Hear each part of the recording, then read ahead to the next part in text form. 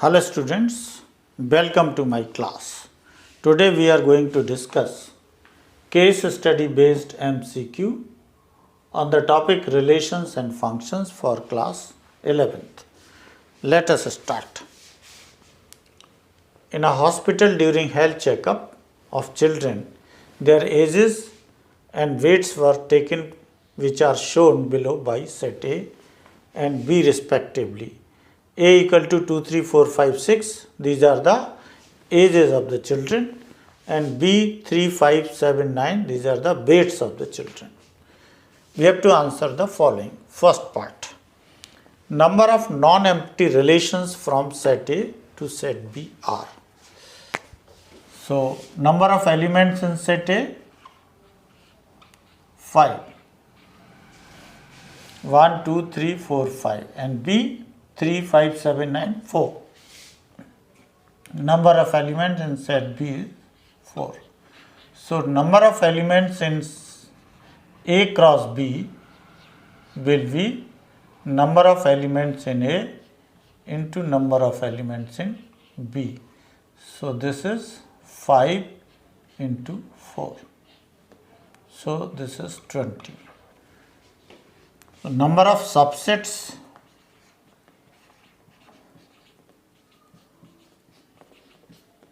of A cross B कितने होंगे? Number of subsets of any set is 2 raised power n. N means number of elements.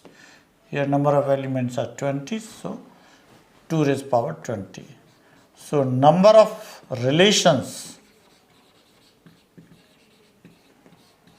from set A to set B कितना होगा? 2 raised power 20. 2 raise power 20 में एक empty relation भी शामिल है, लेकिन क्वेश्चन में पूछा है number of non empty relations, तो वो 1 माइनस कर देंगे. 2 raise power 20 total number of relations, 1 minus किया empty relation, so non empty relations कितने हो जाएंगे? 2 raise power 20 minus 1. So answer is B. Second, number of functions from set A to B are. Number of functions का formula है number of functions from set A to set B. This is equal to number of elements in B raised power number of elements in set A. So number of elements in B is 4. Number of elements in A is 5. So this is 4 to the power 5. That is answer is A. Third part. Number of elements in A cross B are. Number of elements in A cross B is equal to number of elements in A into number of elements in B. 5 into 4, that is 20. So answer is A. Fourth part. The relation in the arrow diagram is defined by. ये x और y से है. x is the set of elements of A and y represent set of elements of B. सो ये arrow diagram है, इसमें कौन सा relation? Double नहीं है. y इक्वल टू 2x, यानी x का डबल यहाँ नहीं है किसी में भी, तो फर्स्ट नहीं हो सकता. दोनों का सम 4 भी नहीं है. फर्स्ट तो है 3 + 1 4, पर 2 + 5 4 नहीं है. 3 + सभी में सेटिस्फाई होना चाहिए, नहीं है. हाफ भी नहीं है, यानी बाई यानी 3 इसका हाफ नहीं है. ये बचता है.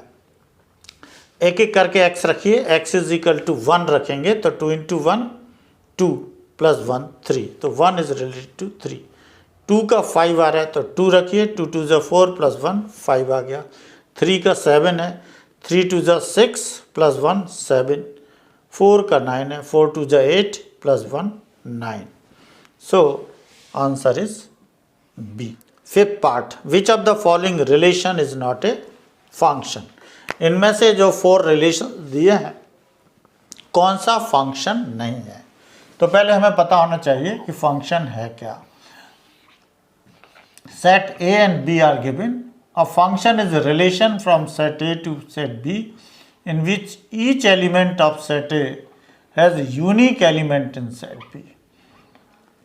यानी सेट ए का प्रत्येक एलिमेंट सेट बी के यूनिक एलिमेंट से एसोसिएटेड होना चाहिए। जैसे 1 केवल एक ही एलिमेंट 5 से एसोसिएटेड है, 2 भी केवल एक ही एलिमेंट से, 3 भी केवल एक ही एलिमेंट 6 से, और 4 भी 7 एक ही एलिमेंट से एसोसिएटेड है।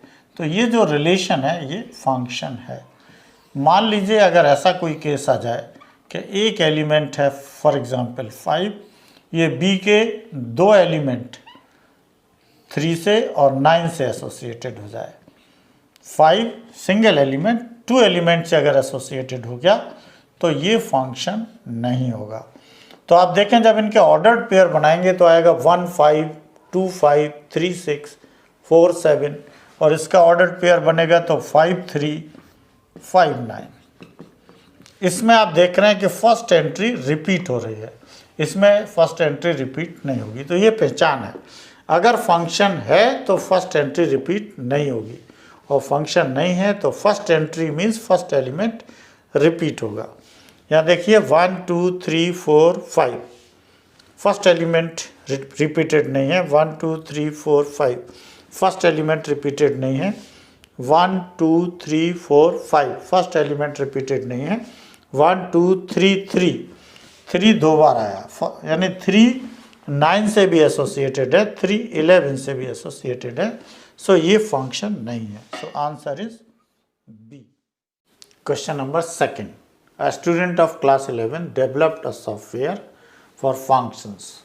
After selection of any function in the software, if domain or range is selected, it displays domain or range of selected function. Class 11 के एक बच्चे ने सॉफ्टवेयर बनाया फंक्शन के लिए।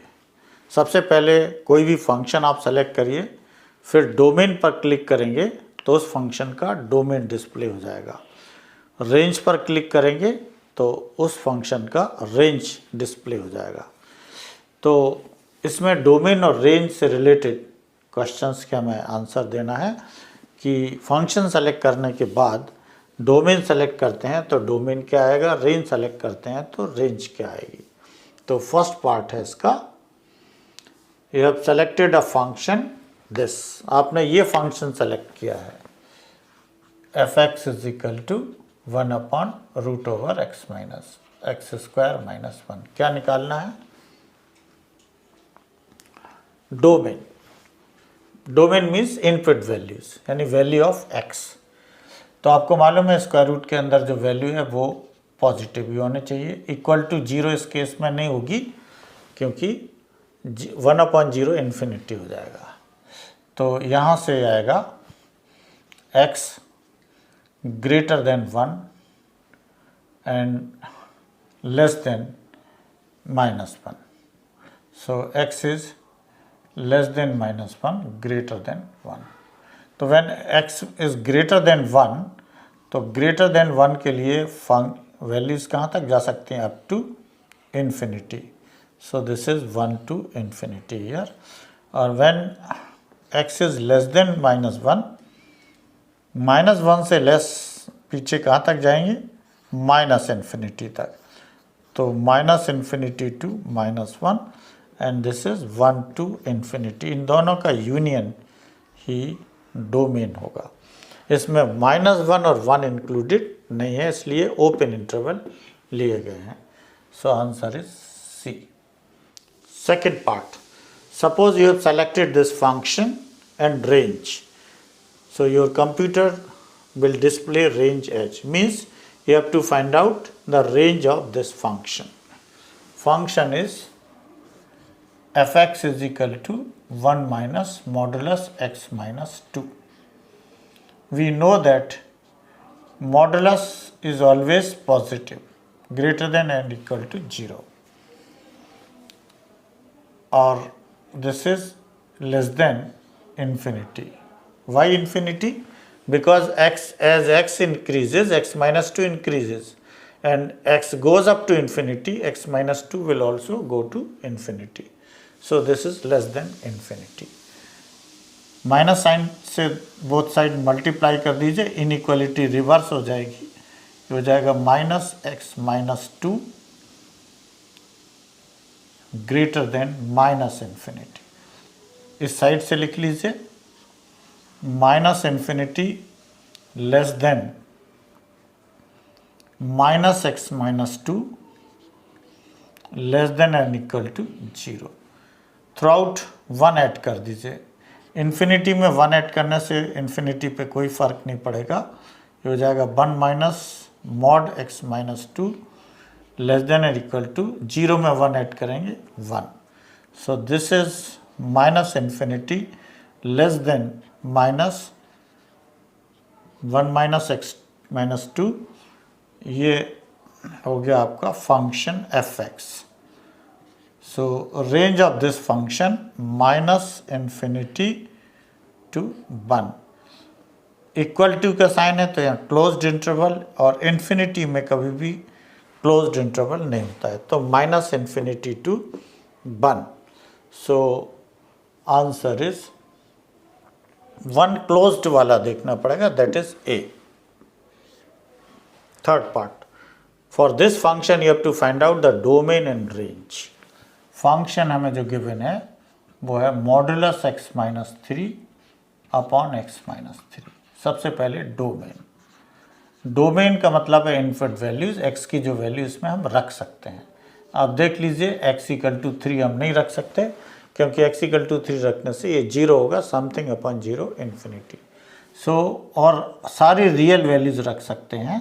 So domain is r minus three. Real values 3 को छोड़कर सारी सब्सटीट्यूट कर सकते हैं। रेंज, रेंज के लिए हमें मालूम है मॉडुलस एक्स माइनस थ्री। इसकी डेफिनेशन के हिसाब से ये होगा x minus three when x is greater than 3 and this is x minus three when x less than 3। तो एक्स ग्रेटर देन 3 के लिए क्या होगा फंक्शन का रेंज? एक्स ग्रेटर देन 3 के लिए x mod x minus three हो जाएगा सिर्फ x minus three upon x minus three, तो ये आ गया 1। और एक्स लेस देन 3 के लिए होगा f x equal to minus x minus three upon x minus three, तो ये हो गया -1। सो इसकी दो ही वैल्यूज हो सकती हैं रेंज में, 1 एंड -1। तो इस तरह से B r minus three domain -1 and 1, only 2 values. This is a set. Remember, fourth part. For the greatest integer function x greater than 0 less than 2, you have to find out the domain. Domain means input values. तो greatest integer function ये दिया है x square plus 3 upon 5। हमें मालूम है कि range of greatest integer function is z. Z means integers. Integers means 0, 1, 2, 3 and so on, -1, -2 and so on. लेकिन इस केस में हमें क्या दिया है? x greater than 0, equal to भी नहीं है, तो इसके जो रेंज में हम ले सकते हैं वो है 1, 2, 3। So x square plus 3 upon 5 is equal to 1, 2 और 3 and so on. So x square plus 3 equal to 5 से multiply 5, 10, 15. x square equal to 3 subtract हो जाएंगे 2, 7, 12. x equal to √2, √7, √12. लेकिन x क्या है? लेस देन 2 है, तो लेस देन 2 में एक ही वैल्यू फिट होती है √2. So answer is A. Fifth part, you have to find out the domain of this function.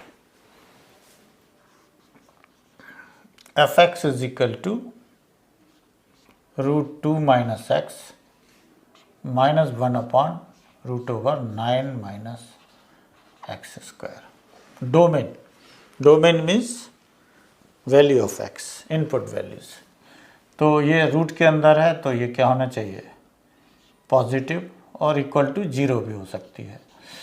तो इस तरह से x लेस देन और इक्वल टू 2, डोमेन में एक वैल्यू हमें मिल गई। अब इसको देखें 9 minus x square, it should be positive, it can not be equal to 0। 0 रखेंगे तो 1/0 इन्फिनिटी हो जाएगी। 9 greater than x square, So x square is less than 9. So x greater than -3 less than 3. अगर आप इन दोनों को कंबाइन करें less than 3 और लेस देन 2 तो x less than equal to 2 और ग्रेटर देन -3. तो ये आ जाएगा -3, यहाँ पे ओपन इंटरवल होगा और इक्वल टू भी साइन है इसलिए क्लोज्ड इंटरवल होगा.